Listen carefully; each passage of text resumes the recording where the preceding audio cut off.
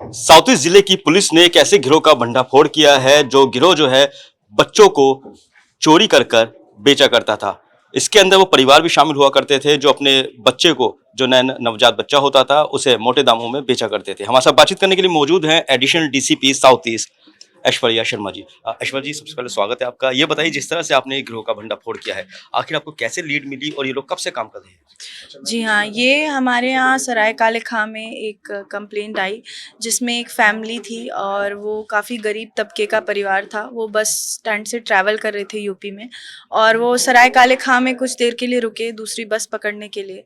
जब वो रुके तो उनका एक 6 महीने का नवजात बच्चा भी उनके साथ था और वो सब की गलती से आंख लग गई और कोई उनका बच्चा वहां से लेके चला गया। तो जब बच्चे की मिसिंग कंप्लेन हमें मिली तो हमारी टीम पूरी एक्शन में आई और हमने एक inspector Rajendra Dagar special staff को ये केस सौंपा। उनने मल्टीपल एनालिसिस किया, सीसीटीवी भी देखे और काफ़ी मेहनत के बाद ये आइडेंटिफाई हुआ कि ये बच्चा 2 संदिग्ध लोग चुरा रहे हैं उस दिन रात को। और उन 2 संदिग्ध लोगों को फिर हमने आइडेंटिफाई किया तो वो वीरबान और कालीचरण नाम के आदमी निकले। उनका एक रिश्तेदार था रामबरन जिसने उनको ये कहा था कि तुम बच्चा चुरा के लाओ, हमने आगे बेचने का प्रबंध किया है। उसके थ्रू हम पहुंचे डॉक्टर के तक, जिनने ये बच्चा उन तीनों से खरीदा था लगभग 1.5 लाख में। और डॉक्टर के और उनकी जो आगे की चेन है उसमें उनने ऑलरेडी वो बच्चा बेच दिया था। सुंदर के थ्रू 2 बहनों को बेचा था जिनका नाम था कृष्णा और प्रीति। फाइनली विद इन 48 आवर्स हमने ये बच्चा रिकवर किया उधर से। और जब हमने ये सेंसिटिविटी देखी कि इसमें मल्टीपल बच्चे और गायब हैं और मल्टीपल सिटीज़ इन्वॉल्व हैं, मल्टीपल अक्यूज्ड इन्वॉल्व हैं, तो हमने एक स्पेशल इन्वेस्टिगेटिंग टीम ऑर्गेनाइज की और उसको हमारे एसीपी लाजपत नगर मिहिर सकारिया ने लीड किया। और उसमें एक बहुत ही एक्टिव रोल प्ले किया हमारे इंस्पेक्टर राजेंद्र डागर ने, जिनने ये पूरा केस शुरू से देखा था। और हमारी आईओ जो चंचल यादव है उनने भी बहुत अच्छा रोल प्ले किया इसमें।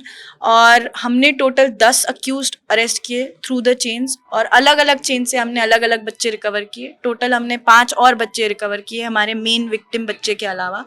और ये जो सभी बच्चे थे इनमें से एक बच्चा वो भी था जो पेरेंट्स ने खुद बेचा था और 3-4 बच्चे ऐसे थे जो मदर्स प्रेग्नेंट हो जाती हैं लेकिन उनके पार्टनर्स नहीं होते और वो अबॉर्ट भी नहीं कर पाती, तो उनके पास कोई ऑप्शन नहीं होता तो छोड़ के चली गई हैं। इसके अंदर कितने लोग शामिल थे, कितनी महिलाएं थी, कितने पुरुष थे, डॉक्टर कितने इसमें थे और अनाथ आश्रम वाले भी होते हैं, तो क्या पूरा एक गिरोह था, पूरी चैन थी, क्या था? जी हाँ, गिरोह था जिसमें अनाथ आश्रम का कोई रोल नहीं आया है। ये लोग ही फेक अडॉप्शन पेपर्स बनाते थे और कोई हमने अभी तक कोई अनाथ आश्रम आइडेंटिफाई नहीं किया जिसमें ऐसा कुछ हुआ। ये मेनली जो झोला छाप डॉक्टर्स होते हैं जिनके अबॉर्शन ये जो लास्ट मिनट पे डिलीवरी या ऐसे टाइप के अबॉर्शंस करते हैं इलीगल, वैसे क्लिनिक चलाते हैं आगरा में। तो उनमें जैसे ये जो 2 सिस्टर्स हैं कृष्णा और प्रीति, ये भी उन्हीं झोला छाप डॉक्टर्स की हैं, इनकी मदर दाई माँ का काम करती हैं। तो ये लोग डिलीवरी कराते हैं। तो कभी ऐसे केसेस आते हैं जिसमें लड़कियां नहीं चाहती बच्चे तो उनको ये बेच देती हैं। उसी तरह एक सुंदर नाम का एमआर है, जब उसको ऐसे बच्चे मिलते हैं जो कि अनवांटेड हैं, प्रीमैच्योर हैं या कोई बीमारी है या कुछ है, तो वो भी उनको कहीं बेच देता है। ये लोग कितने में ये बच्चा बेचा करते थे, तो कितने सालों से काम कर रहे थे? जो ये सुंदर है ये तो पिछले 3-4 साल से सब इलीगल एक्टिविटीज में इन्वॉल्व था। उसके अलावा जो डॉक्टर के हैं, इनका भी अभी रिसेंट सुंदर के साथ टाई अप हुआ था, ये भी पिछले 1-1.5 साल से इन्वॉल्व थे। और ये बहनें जो हैं प्रीति और ये कृष्णा, ये भी काफ़ी टाइम से 2-3 साल से ये काम कर रही हैं। और जो हमारा मेन बच्चा था जिसको चोरी किया गया था सराय काले खां से, वो उन लोगों ने 1.5 लाख में बेचा था डॉक्टर के को। और 50-50 हज़ार ईच सबको मिले थे, कालीचरण को, रामबरन को और वीरबान को। और जो बाकी बच्चे हैं सबका अलग अलग रेट था, जो जितनी लंबी चेन उतना फाइनली बच्चे ऑन डिमांड पर बेचे जाते थे क्या? हाँ, बच्चा जो लोग इनफर्टाइल कपल्स हैं उनको ये लोग फेक अडॉप्शन के पेपर्स दिखा के उनको फाइनली बेचते थे।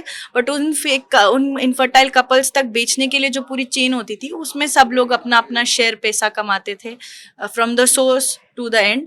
जो लास्ट एंड यूजर्स थे, कई एंड यूजर्स को पता भी नहीं था कि ये बच्चे चोरी के हैं। उनको तो ऐसा बताया गया कि ये अडॉप्ट कर सकते हैं आप, फेक अडॉप्शन पेपर्स हैं। और ऐसे कितनी टीम लगी हुई थी, क्योंकि आपके पीछे हम देख सकते हैं कि काफी पुलिस वाले जो है यहाँ पर खड़े हुए हैं, तो टोटल कितने लोग थे टीम में?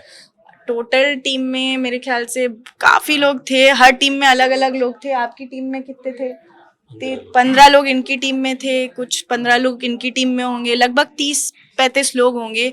मतलब कई लोग पीछे से भी काम कर रहे थे, क्योंकि ये बहुत ही बड़ा ऑपरेशन था। इसमें मल्टीपल चीज़ें थी, ना केवल हमें अलग अलग सिटीज़ जाके रेड्स करके बच्चे रिकवर करने थे, बल्कि इतने सारे अक्यूज्ड को इंटरलिंक करना, उनका इंटेरोगेशन करना, उनसे सच उगलवाना, बिकॉज ये सब प्रोफेशनल क्रिमिनल्स थे, सब झूठ बोल रहे थे। और फिर फाइनली उन बच्चों को रिकवर करके उनको CWC के टाइम पेश भी करना, उनको प्रॉपर सेफ जोन भी प्रोवाइड करना। हमारा फोकस यही था कि बच्चों को हम सेफली रिकवर कर लें पहले।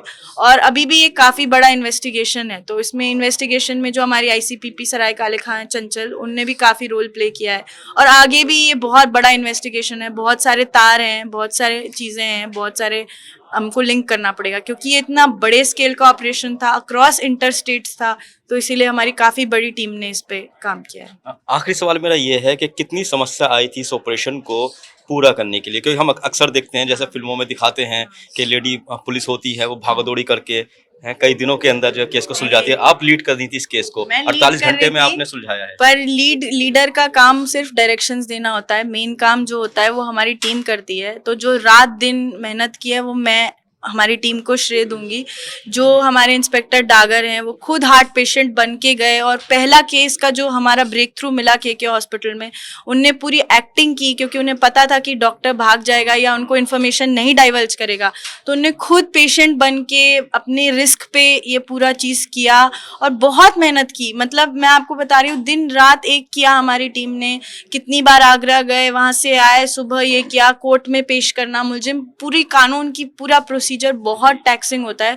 तो पुलिस की नौकरी वैसे भी चैलेंजिंग होती है, बट ये केस हमारे दिल के करीब था, क्योंकि एक गरीब आदमी ने अपना बच्चा खोया था और उसको जस्टिस की उम्मीद भी नहीं थी। तो मतलब हमारी टीम ने उनको वो चीज़ लौटा दी, जो मतलब एक माँ बाप के लिए उनके बच्चे से ज़्यादा बड़ी चीज़ कोई नहीं होती, मतलब सबसे प्रेशियस चीज़ होती है।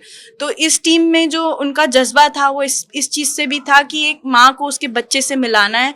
तो उन्होंने ना दिन देखा ना रात देखा, इतनी मेहनत की, दिल से मेहनत की, और आउट ऑफ द वे जाके मैं कहूँगी मेहनत की। अलग अलग सिटीज़ गए, अलग अलग लोगों को अरेस्ट किया, बड़ी मुश्किल से उनका इंटेरोगेट किया, रात किया, पूरी लिंक स्टैब्लिश की। एक बच्चा तो नैनीताल से भी रिकवर किया जाके। तो बहुत मेहनत की हमारी टीम ने, और बहुत ही उनने ये बहुत ही अमेजिंग काम किया, और हम सब बहुत ही सेटिस्फाइड और खुश हैं कि इतने सारे बच्चों को हम बचा पाए हैं, उनका अच्छा फ्यूचर दे पाएंगे, और ये जो लोग बच्चों की तस्करी कर रहे थे उन्हें कड़ी से कड़ी सजा दिलवा पाएंगे, ताकि वो आगे जाके ऐसे गलत कामों में ना सम्मिलित हो। तो बिल्कुल ये पूरी टीम है जिन्होंने दिन रात एक करके जो है उस गिरोह का भंडाफोड़ किया है। वो सभी लोग जो हैं बच्चों को बेचा करते थे, और उन बच्चों को जो गरीब परिवार से होते थे। फिलहाल इन लोगों ने इस केस को सुलझा लिया है, और सुलझाने के साथ कई सारे बच्चे जो हैं वो रिकवर भी कर लिए हैं, और आगे की जांच जारी है।